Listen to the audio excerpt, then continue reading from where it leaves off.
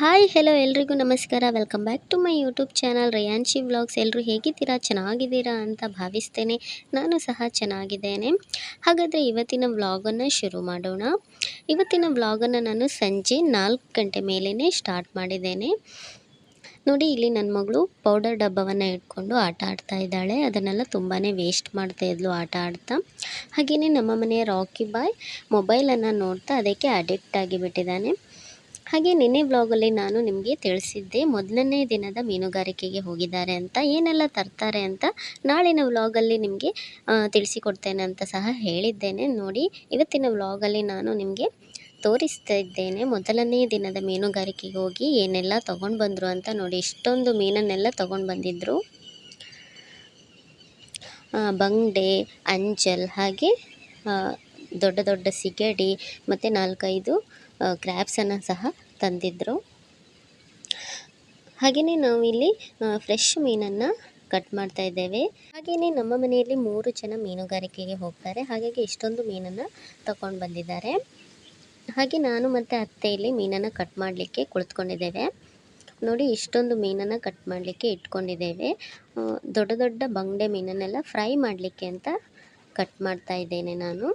ಹಾಗೆ ಅತ್ತೆ ಸಾರಿಗೆ ಅಂತ ಕಟ್ ಮಾಡ್ತಾ ಇದ್ದಾರೆ. ಹಾಗೆಯೇ ತುಂಬ ದಿನ ಆಯಿತು ಅಲ್ವಾ ಮೀನುಗಾರಿಕೆಗೆ ಹೋಗ್ದೇನೆ, ಫ್ರೆಶ್ ಮೀನು ತಿಂದೇನೆ ತುಂಬ ದಿನ ಆಯಿತು. ಹಾಗೆಯೇ ದೊಡ್ಡ ದೊಡ್ಡ ಬಂಗಡೆ ಮೀನನ್ನು ನೋಡಿ ಅದನ್ನು ಫ್ರೈ ಮಾಡಿ ತಿನ್ನುವಂಥ ಆಸೆ ಆಯಿತು. ಹಾಗಾಗಿ ನಾವು ಎಲ್ರಿಗೆ ಅಂತ ದೊಡ್ಡ ದೊಡ್ಡ ಬಂಗಡೆ ಮೀನನ್ನು ಫ್ರೈ ಮಾಡಲಿಕ್ಕೆ ಕಟ್ ಮಾಡ್ತಾ ಇದ್ದೇನೆ. ನೋಡಿ, ಇಲ್ಲಿ ಒಂದು 12 ಬಂಗಡೆ ಮೀನುಂಟು. ಇದು ನಮ್ಮೆಲ್ಲರಿಗೆ ಸಹ ಮತ್ತು ನಮ್ಮ ಮನೆಯ ನಾಯಿಗೆ ಎಲ್ಲದಕ್ಕೆ ಕೂಡ ಒಟ್ಟಾಗಿ ನಾನಿಲ್ಲಿ ಫ್ರೈ ಮಾಡಲಿಕ್ಕೆ ಹಾಕಿದ್ದೇನೆ. ಹಾಗೆ ಸ್ವಲ್ಪ 2 ಕ್ರ್ಯಾಬನ್ನು ಹಾಕಿದ್ದೇನೆ ನನ್ನ ಮಗಳಿಗೆ ಅಂತ. ಅವಳಿಗೆ ಕ್ರ್ಯಾಬ್ಸ್ ಅಂದರೆ ತುಂಬ ಇಷ್ಟ. ಹಾಗಾಗಿ ಕ್ರ್ಯಾಬನ್ನು ನಾನು ಕಟ್ ಮಾಡಲಿಕ್ಕೆ ಹಾಕಿದ್ದೇನೆ. ಹಾಗೆ ಸ್ವಲ್ಪ ಮಿಕ್ಸ್ ಮೀನಿತ್ತು, ಅದನ್ನು ಸಾರು ಮಾಡಲಿಕ್ಕೆ ಅಂತ ಕಟ್ ಮಾಡ್ಕೊಳ್ತಾ ಇದ್ದೇವೆ. ಫ್ರೆಶ್ ಮೀನು ಬರುವಾಗ ಅದನ್ನು ಕಟ್ ಮಾಡಿ ಕೂಡಲೇ ಬಿಸಿ ಬಿಸಿಯಾಗಿ ಸಾರನ್ನು ಮಾಡಿಬಿಟ್ಟು ಅಥವಾ ಫ್ರೈಯನ್ನು ಮಾಡಿಬಿಟ್ಟು ತಿನ್ನಲಿಕ್ಕೆ ತುಂಬಾ ರುಚಿಯಾಗಿರ್ತದೆ. ನೋಡಿ, ಇಲ್ಲಿ ಸಿರಿ, ನಮ್ಮ ಮನೆಯ ಸಿರಿ ಫ್ರೆಶ್ ಮೀನನ್ನು ತಿನ್ನಲಿಕ್ಕೆ ಬಂದಿದ್ದಾಳೆ. ಅವಳಿಗೆ ಬಂಗಡೆ ಮೀನಿನ ತಲೆ ಅಂದರೆ ತುಂಬ ಇಷ್ಟ. ಹಾಗಾಗಿ ಅವಳು ತಿನ್ನಲಿಕ್ಕೆ ಇಲ್ಲಿ ಬಂದಿದ್ದಾಳೆ. ನೋಡಿ, ನಾವೀಗ ಇಷ್ಟು ಮೀನನ್ನು ಕಟ್ ಮಾಡಿಬಿಟ್ಟು ಕ್ಲೀನ್ ಮಾಡಿಬಿಟ್ಟು ಒಳಗಡೆ ತಗೊಂಡು ಹೋಗುವಂಥದ್ದು. ಹಾಗೆಯೇ ನಾವಿಲ್ಲಿ ಬೆಳಿಗ್ಗೆ ಮೀನುಗಾರರಿಗೆ ಮಧ್ಯಾಹ್ನದ ಲಂಚಿಗೆ ಊಟಕ್ಕೆ ಸಹ ಮೀನನ್ನು ಇವಾಗಲೇ ಕಟ್ ಮಾಡಿ ಇಡುವಂಥದ್ದು. ಬೆಳಿಗ್ಗೆ 4 ಗಂಟೆಗೆ ಹೋಗ್ತಾರಲ್ವ, ಬೆಳಿಗ್ಗೆ 4 ಗಂಟೆಗೆ ಎದ್ದು ಮೀನನ್ನೆಲ್ಲ ಕಟ್ ಮಾಡಿ ಸಾರು ಮಾಡುವಷ್ಟು ನಮಗೆ ಟೈಮ್ ಇರೋದಿಲ್ಲ. ಹಾಗಾಗಿ ನಾವು ಸಂಜೆನೇ ಮೀನನ್ನು ಕಟ್ ಮಾಡಿ ಇಡುವಂಥದ್ದು. ಬೆಳಿಗ್ಗೆ ಸಾರನ್ನು ಕುದಿಸಿ ಅವರಿಗೆ ಟಿಫನ್ ಬಾಕ್ಸಿಗೆ ಹಾಕಿ ರೆಡಿ ಮಾಡಿ ಕೊಡುವಂಥದ್ದು. ನೋಡಿ, ಅಷ್ಟು ಮೀನನ್ನು ಕಟ್ ಮಾಡಿ ಒಳಗೆ ತಂದಾಯಿತು. ಇವಾಗ ಎಲ್ಲವನ್ನು ಒಂದೊಂದು ಪಾತ್ರೆಗೆ ಹಾಕಿ ಇಟ್ಟಿದ್ದಾರೆ. ಸ್ವಲ್ಪ ಬಂಗಡೆ ಮೀನನ್ನು ಫ್ರೈಗೆ, ಹಾಗೆ ಸ್ವಲ್ಪ ಸಾರಿಗೆ. ಹಾಗೆ ನೋಡಿ, ಇಲ್ಲಿ ಇದನ್ನು ಮ್ಯಾಂಗ್ಳೂರಿಗೆ ಕಳಿಸಿಕೊಡಲಿಕ್ಕೆ ಅಂತ ಒಂದು ಡಬ್ಬದಲ್ಲಿ ಹಾಕಿ ಸ್ಟೋರ್ ಮಾಡುವಂಥದ್ದು. ಇಲ್ಲಿ 1-2 ಅಂಚಲ್ ಮೀನು, ಹಾಗೆ ಬಂಗಡೆ ಮೀನು ಮತ್ತು ಒಂದು 3-4-5 ಸಿಗಡಿಯನ್ನು ಸಹ ಕಟ್ ಮಾಡಿ ಇದರೊಳಗೆ ಹಾಕುವಂಥದ್ದು. ಇದು ಅವನಿಗೆ 1 ವಾರಕ್ಕೆ ಆಗುವಷ್ಟು ಸಾಕಾಗ್ತದೆ ಊಟಕ್ಕೆ. ಹಾಗೆಯೇ ಬೆಳಿಗ್ಗೆ ಬೇಗ ಹೋಗೋದಲ್ವ, ಹಾಗಾಗಿ ನಾವು ಇಲ್ಲಿ ಅವನಿಗೆ ಮೀನು ಮತ್ತು ಮೀನು ಸಾರು ಮಾಡಲಿಕ್ಕೆ ಮಸಾಲವನ್ನು ಸಹ ಸ್ಟೋರ್ ಮಾಡಲಿಕ್ಕೆ ಎಲ್ಲವನ್ನು ರೆಡಿ ಮಾಡಿ ಡಬ್ಬದಲ್ಲಿ ಹಾಕಿ ರಾತ್ರಿಯೇ ಇಡುವಂಥದ್ದು. ಬೆಳಿಗ್ಗೆ ಮತ್ತು ತುಂಬ ಗಲಿಬಿಲಿ ಆಗ್ತದಂತ. ನೋಡಿ, ಇಲ್ಲಿ ಮೀನು ಸಾರಿನ ಮಸಾಲೆಯನ್ನು ಡಬ್ಬಿಗೆ ಹಾಕ್ತಾ ಇರುವಂಥದ್ದು. ಈ ರೀತಿಯಾಗಿ ಸ್ಟೀಲ್ ಡಬ್ಬದಲ್ಲೇ ಹಾಕಿದರೆ ಎಷ್ಟು ದಿನ ಇಟ್ಟರು ಫ್ರಿಜ್ಜಲ್ಲಿ ಇಟ್ಕೊಂಡು ಅದು ಹಾಳಾಗೋದಿಲ್ಲ, ಮಾಡ್ಕೊಂಡು ತಿನ್ಬೋದು. ನಂತರ ನಾನಿಲ್ಲಿ ಬಂಗಡೆ ಮೀನಿಗೆ ಫ್ರೈ ಮಾಡಲಿಕ್ಕೆ ಅಂತ ಮಸಾಲನ ಹಾಕ್ತಾ ಇದ್ದೇನೆ. ನೋಡಿ, ಇದು ಫ್ರೆಶ್ ಮೀನಲ್ವ, ಹಾಗೆಯೇ ಅರಿಶಿಣ ಅಥವಾ ಉಪ್ಪಲ್ಲಿ ಮ್ಯಾರಿನೇಟ್ ಮಾಡಿಬಿಟ್ಟು ತವಾಗೆ ಹಾಕಿ ಫ್ರೈ ಮಾಡಿ ತಿಂದರೆ ತುಂಬಾ ಟೇಸ್ಟಿಯಾಗಿರ್ತದೆ, ಹಾಗೆ ರುಚಿಯಾಗಿ ಸಹ ಇರ್ತದೆ.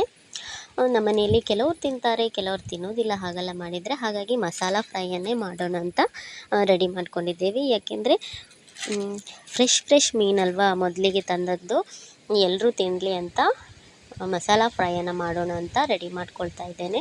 ನಾನಿಲ್ಲಿ 2 ಸ್ಪೂನ್ ಆಗುವಷ್ಟು ಅರಿಶಿನ ಪೌಡರನ್ನು ಹಾಕ್ಕೊಂಡಿದ್ದೇನೆ. ಹಾಗೆ ಅದಕ್ಕೆ ರುಚಿಗೆ ಎಷ್ಟು ಬೇಕೋ ಅಷ್ಟು ಉಪ್ಪನ್ನು ಸಹ ಹಾಕ್ತಾ ಇದ್ದೇನೆ. ನೋಡಿ ನಂತರ ಇಲ್ಲಿ ನಾನು ಒಂದು 2 ಸ್ಪೂನ್ ಆಗುವಷ್ಟು ಜಿಂಜರ್ ಗಾರ್ಲಿಕ್ ಪೇಸ್ಟನ್ನು ಹಾಕ್ತಾ ಇದ್ದೇನೆ. ಇದು ಮನೆಯಲ್ಲೇ ಮಾಡಿರುವಂಥದ್ದು. ಶುಂಠಿ ಮತ್ತು ಬೆಳ್ಳುಳ್ಳಿಯನ್ನು ಪೇಸ್ಟ್ ಮಾಡಿ ಒಂದು ಡಬ್ಬದಲ್ಲಿ ಹಾಕಿ ಫ್ರಿಜ್ಜಲ್ಲಿಟ್ಟು ಸ್ಟೋರ್ ಮಾಡ್ತೇವೆ. ನಮಗೆ ಯಾವಾಗಲೂ ಬೇಕಾಗ್ತದೆ, ಯಾಕೆಂದರೆ ಫ್ರೆಶ್ ಮೀನು ಯಾವಾಗಲೂ ಬರ್ತದಲ್ಲ, ಫ್ರೈ ಮಾಡಲಿಕ್ಕೆ, ಸಾರು ಮಾಡಲಿಕ್ಕೆ ಎಲ್ಲ ನಮಗೆ ಜಿಂಜರ್ ಮತ್ತು ಬೆಳ್ಳುಳ್ಳಿ ಪೇಸ್ಟ್ ಬೇಕಾಗ್ತದೆ. ಹಾಗಾಗಿ ನಾವು ಅದನ್ನು ಮಾಡಿ ಸ್ಟೋರ್ ಮಾಡಿ ಯಾವಾಗಲೂ ಫ್ರಿಜ್ಜಲ್ಲಿ ಇಟ್ಕೊಳ್ತೇವೆ. ನಂತರ ನಾನಿಲ್ಲಿ ಮಿಕ್ಸ್ ಮಾಡಲಿಕ್ಕೆ ಎಷ್ಟು ಬೇಕೋ ಅಷ್ಟು ನೀರನ್ನು ಹಾಕ್ಕೊಂಡಿದ್ದೇನೆ. ನೋಡಿ, ಇವೆಲ್ಲವನ್ನು ಚೆನ್ನಾಗಿ ಮಿಕ್ಸ್ ಮಾಡಿಕೊಳ್ಬೇಕು. ಚೆನ್ನಾಗಿ ಮಿಕ್ಸ್ ಮಾಡಿಬಿಟ್ಟು ಮ್ಯಾರಿನೇಟ್ ಮಾಡುವಂಥದ್ದು. ಚಿಕನ್ ಆದರೂ ಹಾಗೆ ಕಬಾಬ್ ಮಾಡಲಿಕ್ಕೆ ಮೊದಲಿಗೆ ಅರಿಶಿಣ ಪೌಡರ್ ಹಾಗೆ ಜಿಂಜರ್ ಗಾರ್ಲಿಕ್ ಪೇಸ್ಟ್ ಉಪ್ಪನ್ನೆಲ್ಲ ಹಾಕಿಬಿಟ್ಟು ಚೆನ್ನಾಗಿ ಚಿಕನನ್ನು ಮ್ಯಾರಿನೇಟ್ ಮಾಡಿಕೊಂಡ್ರೆ ಉಪ್ಪು ಮತ್ತು ಜಿಂಜರ್ ಗಾರ್ಲಿಕ್ ಪೇಸ್ಟ್ ಇದ್ದು ಸ್ಮೆಲ್ಲು ಎಲ್ಲ ಚೆನ್ನಾಗಿ ಹಿಡ್ಕೊಳ್ತದೆ. ಮೀನು ಸಹ ಹಾಗೆಯೇ ಮಾಡುವಂಥದ್ದು ನಾವಿಲ್ಲಿ, ಎಲ್ಲವೂ ರುಚಿಯಾಗಿ ಹಿಡ್ಕೊಳ್ಳಿ ಅಂತ. ನೋಡಿ, ಎಲ್ಲವನ್ನು ಹಾಕಿಬಿಟ್ಟು ಈ ರೀತಿಯಾಗಿ ಮಿಕ್ಸ್ ಮಾಡುವಂಥದ್ದು. ಒಂದೊಂದೇ ಮೀನಿಗೆ ಹಾಕಿ ಸ್ಪ್ರೆಡ್ ಮಾಡಲಿಕ್ಕೆ ಟೈಮ್ ಇರೋದಿಲ್ಲ. ಇಲ್ಲಿ ತುಂಬ ಮೀನು ಉಂಟಲ್ಲ, ಒಂದು 10ರಿಂದ 12 ಮೀನಂತೂ ಇದ್ದೇ ಇದೆ. ಅಷ್ಟು ಮೀನಿಗೆ ಫ್ರೈ ಮಸಾಲ ಹಾಕುವಾಗ ತುಂಬ ಲೇಟ್ ಆಗ್ತದೆ. ಹಾಗೆಯೇ ಈ ರೀತಿಯಾಗಿ ಒಟ್ಟಿಗೆ ಕಲಿಸುವಂಥದ್ದು. ನಂತರ ಫ್ರೈ ಮಾಡುವಾಗ ನಾನು ಫಿಶ್ ಫ್ರೈ ಮಸಾಲ ಪೌಡರನ್ನು ಹಾಕಿಬಿಟ್ಟು ಅದನ್ನು ಮಿಕ್ಸ್ ಮಾಡಿಬಿಟ್ಟು ಎಲ್ಲ ಮೀನಿಗೂ ಸ್ಪ್ರೆಡ್ ಮಾಡಿಬಿಟ್ಟು ಫ್ರೈ ಮಾಡುವಂಥದ್ದು. ನೋಡಿ, ನಾನಿಲ್ಲಿ ಮೀನು ಸಾರು ಮಾಡಲಿಕ್ಕೆ ಒಂದು ಈರುಳ್ಳಿಯನ್ನು ಚಿಕ್ಕದಾಗಿ ಕಟ್ ಮಾಡ್ಕೊಂಡಿದ್ದೇನೆ. ಹಾಗೆ 2 ಹಸಿಮೆಣಸು ಹಾಗೆ ಸಣ್ಣದೊಂದು ಶುಂಠಿಯನ್ನು ಚಿಕ್ಕದಾಗಿ ಕಟ್ ಮಾಡ್ಕೊಂಡಿದ್ದೇನೆ. ಹಾಗೆ ನಿಮಗೆ ಬೇಕಾದರೆ ಟೊಮಾಟೊವನ್ನು ಹಾಕ್ಬೋದು. ನಾವು ಸಾರಿಗೆ ಹುಳಿಯನ್ನು ಜಾಸ್ತಿಯಾಗಿ ಹಾಕಿರ್ತೇವಲ್ಲ, ಹಾಗಾಗಿ ಸಾರಿಗೆ ಟೊಮೆಟೊವನ್ನು ಹಾಕ್ತಾಯಿಲ್ಲ, ಕೆಲವೊಮ್ಮೆ ಹಾಕ್ತೇವೆ. ನೋಡಿ, ಮೀನು ಸಾರಿಗೆ ಮಾಡಿರುವಂಥ ಮಸಾಲವನ್ನು ಸ್ವಲ್ಪ ನೀರನ್ನು ಹಾಕಿಬಿಟ್ಟು ಈ ರೀತಿಯಾಗಿ ನಮಗೆ ಎಷ್ಟು ದಪ್ಪ ಸಾರು ಬೇಕೋ ಅಷ್ಟು ದಪ್ಪಗೆ ಕಲಿಸ್ಕೊಳ್ಬೇಕು. ನೋಡಿ, ಈ ರೀತಿಯಾಗಿ ಕೈಯನ್ನೆಲ್ಲ ಹಾಕಿ ಜಾಸ್ತಿ ಕದಡಬಾರ್ದು, ಮೀನು ಹುಡಿ ಆಗ್ತದೆ. ಈ ರೀತಿಯಾಗಿ ಪಾತ್ರೆಯನ್ನೇ ಸ್ವಲ್ಪ ಅಲ್ಲಾಡಿಸಿಬಿಟ್ರೆ ಚೆನ್ನಾಗಿ ಎಲ್ಲ ಕಡೆ ಹೋಗ್ತದೆ. ನೋಡಿ, ಇವಾಗ ಈರುಳ್ಳಿ, ಹಸಿಮೆಣಸು, ಶುಂಠಿಯನ್ನು ಹಾಕ್ತಾ ಇದ್ದಾರೆ. ಎಲ್ಲವನ್ನು ಹಾಕಿಬಿಟ್ಟು ರುಚಿಗೆ ಎಷ್ಟು ಉಪ್ಪು ಬೇಕೋ ಅಷ್ಟು ಉಪ್ಪನ್ನು ಹಾಕಿಬಿಟ್ಟು ಕುದಿಸಲಿಕ್ಕೆ ಇಡುವಂಥದ್ದು. ಒಂದು 1/4 ಗಂಟೆ ಕುದ್ದ ನಂತರ ಸಾರನ್ನು ಆಫ್ ಮಾಡುವಂಥದ್ದು. ನೋಡಿ, ಇವಾಗ ಫಿಶ್ ಫ್ರೈಗೆ ರೆಡಿ ಆಗ್ತಾ ಇದೆ. ನಾನಿಲ್ಲಿ ಫಿಶ್ ಫ್ರೈ ಪೌಡರನ್ನು ಹಾಕಿಬಿಟ್ಟು ಮೀನಿಗೆಲ್ಲ ಸ್ಪ್ರೆಡ್ ಮಾಡ್ತಾ ಇದ್ದೇನೆ. ನೋಡಿ, ಚೆನ್ನಾಗಿ ಎಲ್ಲ ಕಡೆ ಸ್ಪ್ರೆಡ್ ಮಾಡಬೇಕು ಮೀನಿಗೆ. ನಾನಿಲ್ಲಿ ಒಂದು ಮೀನಿಗೆ ಹಾಕ್ತಾ ಇಲ್ಲ, ನನಗೆ ತುಂಬ ಟೈಮ್ ಕನ್ಸ್ಯೂಮ್ ಆಗ್ತದೆ ಅಂತ ಎಲ್ಲ ಮೀನಿಗೂ ಒಟ್ಟಿಗೆ ಈ ರೀತಿಯಾಗಿ ಕಲಿಸ್ಕೊಳ್ತಾ ಇದ್ದೇನೆ. ಈ ರೀತಿಯಾಗಿ ಕಲಿಸ್ಕೊಂಡು ಒಂದು 10 ನಿಮಿಷ ಇದನ್ನು ಬಿಟ್ಟು ಮ್ಯಾರಿನೇಟ್ ಮಾಡಲಿಕ್ಕೆ ಬಿಟ್ಟರೆ ಸಾಕು. ನಂತರ ಅದನ್ನು ಫ್ರೈ ಮಾಡ್ಕೊಳ್ಳೋಣ. ನಮಗೆ ಎಷ್ಟು ದಪ್ಪ ಕೋಟಿಂಗ್ ಬೇಕು ಅಷ್ಟು ಮಸಾಲ ಪೌಡರನ್ನು ಹಾಕಿಬಿಟ್ಟು ಇಲ್ಲಿ ಪೇಸ್ಟನ್ನು ರೆಡಿ ಮಾಡಿ ನಂತರ ಅದನ್ನು ಚೆನ್ನಾಗಿ ಈ ರೀತಿ ಮೀನನ್ನು ಮಿಕ್ಸ್ ಮಾಡಿಕೊಳ್ಬೇಕು. ನೋಡಿ, ನಾನಿಲ್ಲಿ ಸ್ವಲ್ಪ ಫಿಶ್ ಫ್ರೈ ಮಸಾಲ ಪೌಡರನ್ನು ಹಾಕಿ ಈ ರೀತಿಯಾಗಿ ಮಿಕ್ಸ್ ಮಾಡಿ ನೋಡ್ತಾ ಇದ್ದೇನೆ. ಸ್ವಲ್ಪ ಕೋಟಿಂಗ್ ಇದ್ದರೆ ಸಾಕು, ತೆಳುವಾಗಿ. ಜಾಸ್ತಿ ಕೋಟಿಂಗ್ ಇದ್ದರೆ ಚೆನ್ನಾಗಿರೋದಿಲ್ಲ, ಮೀನಿನ ಟೇಸ್ಟ್ ಅಷ್ಟಾಗಿ ಗೊತ್ತಾಗೋದಿಲ್ಲ. ಹಾಗಾಗಿ ಲೈಟಾಗಿ ಕೋಟಿಂಗನ್ನು ಮಾಡುವಂಥದ್ದು. ಕೋಟಿಂಗ್ ಅಂದರೆ ಈ ಫಿಶ್ ಫ್ರೈ ಮಸಾಲ ಪೌಡರ್ ಉಂಟಲ್ಲ, ಅದನ್ನು ಜಾಸ್ತಿ ಹಾಕಿದರೆ ಜಾಸ್ತಿ ಕೋಟಿಂಗ್ ಬರ್ತದೆ. ಸ್ವಲ್ಪ ಕಡಿಮೆ ಹಾಕಿದರೆ ಲೈಟಾಗಿ ಕೋಟಿಂಗ್ ಆಗ್ತದೆ. ಸೊ ನಾವು ಸ್ವಲ್ಪ ಲೈಟಾಗಿಯೇ ಕೋಟಿಂಗ್ ಮಾಡುವಂಥದ್ದು. ನೋಡಿ, ಈ ರೀತಿಯಾಗಿ ಮೀನಿನ ಹೊಟ್ಟೆ ಒಳಗೆ ಹಾಗೆ ನಾವು ಫ್ರೈ ಮಾಡಲಿಕ್ಕೆ ಬರೆ ಹಾಕಿರ್ತೀವಲ್ಲ, ಅದರೊಳಗೆ ಎಲ್ಲ ಮಸಾಲವನ್ನು ತುಂಬಬೇಕು. ಆವಾಗ ಅದು ಉಪ್ಪು, ಖಾರ, ಹುಳಿ ಎಲ್ಲವನ್ನು ಚೆನ್ನಾಗಿ ಎಳ್ಕೊಳ್ತದೆ ಮೀನು. ಇವಾಗ ಎಲ್ಲವನ್ನು ಈ ರೀತಿಯಾಗಿ ಹಾಕಿಬಿಟ್ಟು ಒಂದು 10 ನಿಮಿಷ ಆದರೂ, ಮಿನಿಮಮ್ 10 ನಿಮಿಷ ಆದರೂ ಮ್ಯಾರಿನೇಟ್ ಮಾಡಲಿಕ್ಕೆ ಇಡಬೇಕು. ಅರ್ಧ ಗಂಟೆ ಮ್ಯಾರಿನೇಟ್ ಮಾಡಲಿಕ್ಕೆ ಇಟ್ಟರೆ ತುಂಬಾ ಒಳ್ಳೆಯದು. ಎಲ್ಲವನ್ನು ಚೆನ್ನಾಗಿ ಎಳ್ಕೊಂಡಿರ್ತದೆ ಮೀನು, ಹಾಗಾಗಿ ತುಂಬಾ ರುಚಿಯಾಗ್ತದೆ ಫ್ರೈ ಮಾಡಿದರೆ. ಇಲ್ಲಿರುವ ಫಿಶ್ ಫ್ರೈ ಮಸಾಲವನ್ನು ಯೂಸ್ ಮಾಡೋದಿಲ್ಲ ಅನ್ನೋ ಹಾಗಿದ್ದರೆ ಅಚ್ಚ ಖಾರದ ಪುಡಿಯನ್ನು ಹಾಕಿ ಅದಕ್ಕೆ ಒಂದು ಎಗ್ ವೈಟನ್ನು ಹಾಕಿಬಿಟ್ಟು ಮಸಾಲವನ್ನು ರೆಡಿ ಮಾಡಿಕೊಂಡು ಅದಕ್ಕೆ ಸ್ವಲ್ಪ ಕೊತ್ತಂಬರಿ ಪೌಡ್ರ್ ಹಾಗೆ ಪೆಪ್ಪರ್ ಪೌಡರ್ ಎಲ್ಲವನ್ನು ಹಾಕಿಬಿಟ್ಟು ಸ್ವಲ್ಪ ಕಾರ್ನ್ಫ್ಲೋರನ್ನು ಬೇಕಾದರೆ ಹಾಕ್ಕೊಳ್ಬೋದು. ಹಾಕಿಬಿಟ್ಟು ಪೇಸ್ಟನ್ನು ರೆಡಿ ಮಾಡಿದರೆ ಅದು ಸಹ ತುಂಬಾ ಚೆನ್ನಾಗಿರ್ತದೆ. ಹೀಗೆ ರಾತ್ರಿ ಎಲ್ಲ ಮೀನು ಬಂದರೆ ಹ್ಯಾಂಡ್ಮೇಡ್ ಮಸಾಲವೆಲ್ಲ ಮಾಡಲಿಕ್ಕೆ ಆಗೋದಿಲ್ಲ, ಹೋಮ್ ಮೇಡ್ ಮಸಾಲ. ಹಾಗಾಗಿ ನಾವು ಮಾರ್ಕೆಟಿಂದ ಫಿಶ್ ಫ್ರೈ ಮಸಾಲವನ್ನು ತಂದಿಡ್ತೇವಲ್ಲ ಅದನ್ನೇ ಯೂಸ್ ಮಾಡುವಂಥದ್ದು. ನೋಡಿ, ನಾನಿಲ್ಲಿ ಎಲ್ಲ ಮೀನಿಗೆ ಈ ರೀತಿಯಾಗಿ ಸ್ಪ್ರೆಡ್ ಮಾಡ್ಕೊಳ್ತಾ ಇದ್ದೇನೆ.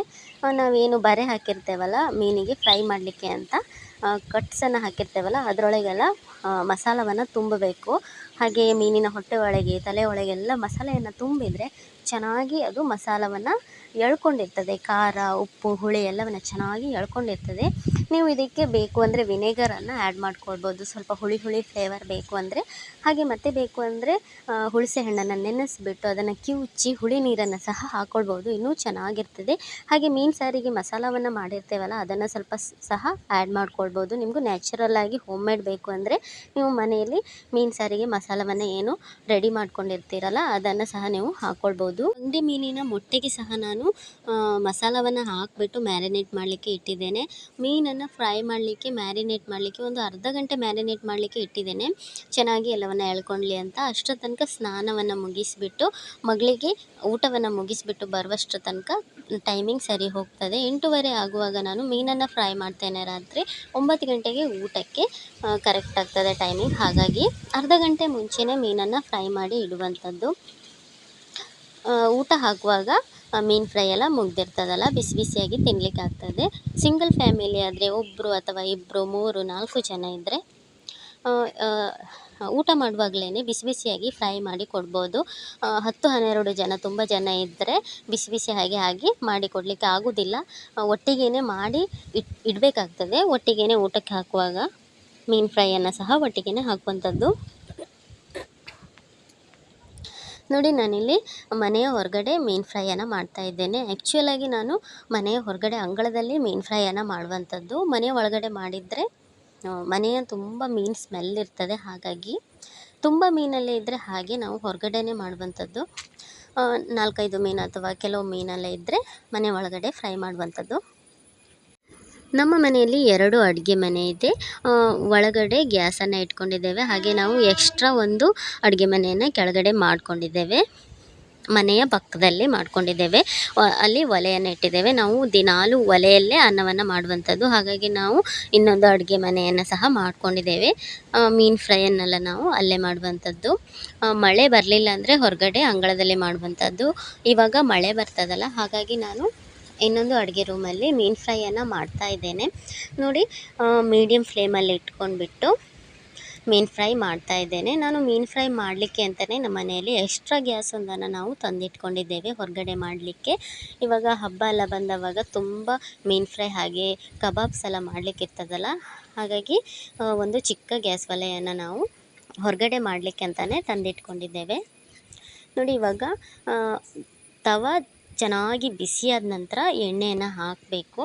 ಎಣ್ಣೆ ಹಾಗೆ ತುಂಬ ಬಿಸಿಯಾದ ನಂತರ ಮೀನನ್ನು ಹಾಕಿದರೆ ಮೀನು ಚೆನ್ನಾಗಿ ನೀಟಾಗಿ ಫ್ರೈ ಆಗ್ತದೆ. ನೀವು ತವ ಸ್ವಲ್ಪ ಬಿಸಿಯಾಗಿ ಹಾಗೆ ಎಣ್ಣೆ ಕಾಯ್ದೇ ಮೀನನ್ನು ಹಾಕಿಬಿಟ್ರೆ ಮೀನು ಎದ್ದು ಬರುವುದಿಲ್ಲ, ಎಲ್ಲ ತವಕ್ಕೆ ಅಂಟ್ಕೊಳ್ತದೆ. ನೀಟಾಗಿ ಮೀನು ಎದ್ದು ಬರಬೇಕಂದ್ರೆ ಈ ಟ್ರಿಕ್ಸನ್ನು ನೀವು ಫಾಲೋ ಮಾಡಬೇಕು. ಏನಂದರೆ ತವವನ್ನು ಚೆನ್ನಾಗಿ ಕಾಯಿಸ್ಕೊಳ್ಬೇಕು, ಹಾಗೆ ಎಣ್ಣೆಯನ್ನು ಸಹ ಚೆನ್ನಾಗಿ ಕಾಯಿಸ್ಕೊಳ್ಬೇಕು. ನಾನಿಲ್ಲಿ ತೆಂಗಿನ ಎಣ್ಣೆಯಲ್ಲಿ ಮೀನು ಫ್ರೈಯನ್ನು ಮಾಡ್ತಾ ಇದ್ದೇನೆ, ಹಾಗಾಗಿ ಇಲ್ಲಿ ಸ್ವಲ್ಪ ಸ್ವಲ್ಪ ಅಂಟ್ತಾ ಇದೆ ತವಕ್ಕೆ. ಅಡುಗೆ ಎಣ್ಣೆಯಿಂದ ಮಾಡೋದಾದರೆ ನೀಟಾಗಿ ಫ್ರೈ ಆಗ್ತದೆ, ಏನು ಸಹ ಅಂಟೋದಿಲ್ಲ. ತೆಂಗಿನ ಎಣ್ಣೆಯಲ್ಲಿ ನಾನು ಯಾಕೆ ಫ್ರೈ ಮಾಡ್ತಾ ಇದ್ದೇನೆ ಅಂದರೆ ಮೀನು ಫ್ರೈಗೆ ತೆಂಗಿನ ಎಣ್ಣೆ ತುಂಬ ರುಚಿ ಕೊಡ್ತದೆ. ಹಾಗಾಗಿ ನಾನು ಇಲ್ಲಿ ಮೀನು ಫ್ರೈಯನ್ನು ತೆಂಗಿನ ಎಣ್ಣೆಯಲ್ಲಿ ಮಾಡುವಂಥದ್ದು. ನಮ್ಮ ಕರಾವಳಿಯಲ್ಲಿ ಹೆಚ್ಚಾಗಿ ತೆಂಗಿನ ಎಣ್ಣೆಯನ್ನೇ ಬಳಸುವಂಥದ್ದು. ಯಾಕೆಂದರೆ ನಮ್ಮ ಮನೆ ಅಂಗಳದಲ್ಲಿಯೇ ಸಹ ತುಂಬ ತೆಂಗಿನ ಮರ ಇರ್ತದೆ. ನಾವು ತೆಂಗಿನಕಾಯಿಯನ್ನೇ ತಿನ್ನೋದಲ್ವ, ಸಾರಿಗೆ ಸಹ, ಚಟ್ನಿಗೆ, ಬೆಳಗ್ಗೆ ತಿಂಡಿಗೆ ಎಲ್ಲದಕ್ಕೆ ಸಹ ನಾವು ತೆಂಗಿನಕಾಯಿಯನ್ನೇ ಯೂಸ್ ಮಾಡೋದು. ಹಾಗಾಗಿ ತೆಂಗಿನ ಎಣ್ಣೆನೇ ಅಂತ ಬಳಸುವಂಥದ್ದು. ದಿನಾಲೂ ಮೀನುಗಾರರು ಮೀನು ತೊಗೊಂಡು ಬರ್ತಾರೆ, ಆದರೆ ದಿನಾಲೂ ನಮ್ಮ ಮನೆಯಲ್ಲಿ ಮೀನು ಫ್ರೈಯನ್ನು ಮಾಡೋದಿಲ್ಲ.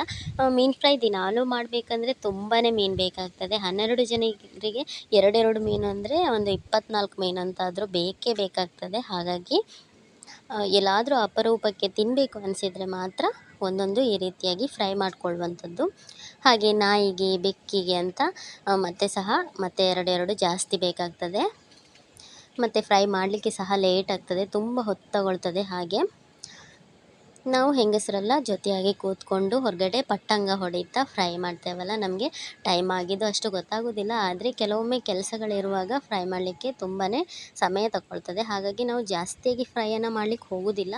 ಹೆಚ್ಚಾಗಿ ನಾವು ಮೀನು ಸಾರನ್ನೇ ಮಾಡುವುದು. ಫ್ರೈ ಮೀನು ಸಾರು ಹಾಗೆ ಕೊಚ್ಚಕ್ಕಿ ಅನ್ನದ ಜೊತೆ ಊಟ ತುಂಬಾ ಗಮ್ಮತ್ತಾಗಿತ್ತು. ಹಾಗೆಯೇ ಇವತ್ತಿನ ವ್ಲಾಗನ್ನು ಇಲ್ಲಿಗೆ ಎಂಡ್ ಮಾಡ್ತಾ ಇದ್ದೇನೆ. ನನ್ನ ವಿಡಿಯೋ ನಿಮಗೆ ಬೈ ಚಾನ್ಸ್ ಇಷ್ಟ ಆಗಿದ್ದರೆ ನನ್ನ ವಿಡಿಯೋಗೊಂದು ಲೈಕ್ ಕೊಡಿ, ಶೇರ್ ಮಾಡಿ. ಹಾಗೆ ನನ್ನ ಚಾನಲನ್ನು ಸಬ್ಸ್ಕ್ರೈಬ್ ಮಾಡ್ಕೊಳ್ಳದೆ ನೋಡ್ತಾ ಇರೋರು ಸಬ್ಸ್ಕ್ರೈಬ್ ಮಾಡಿಕೊಂಡು ನೋಡಿ. ಹೀಗೆ ಸಪೋರ್ಟ್ ಮಾಡ್ತಾ ಇರಿ. Thank you for watching.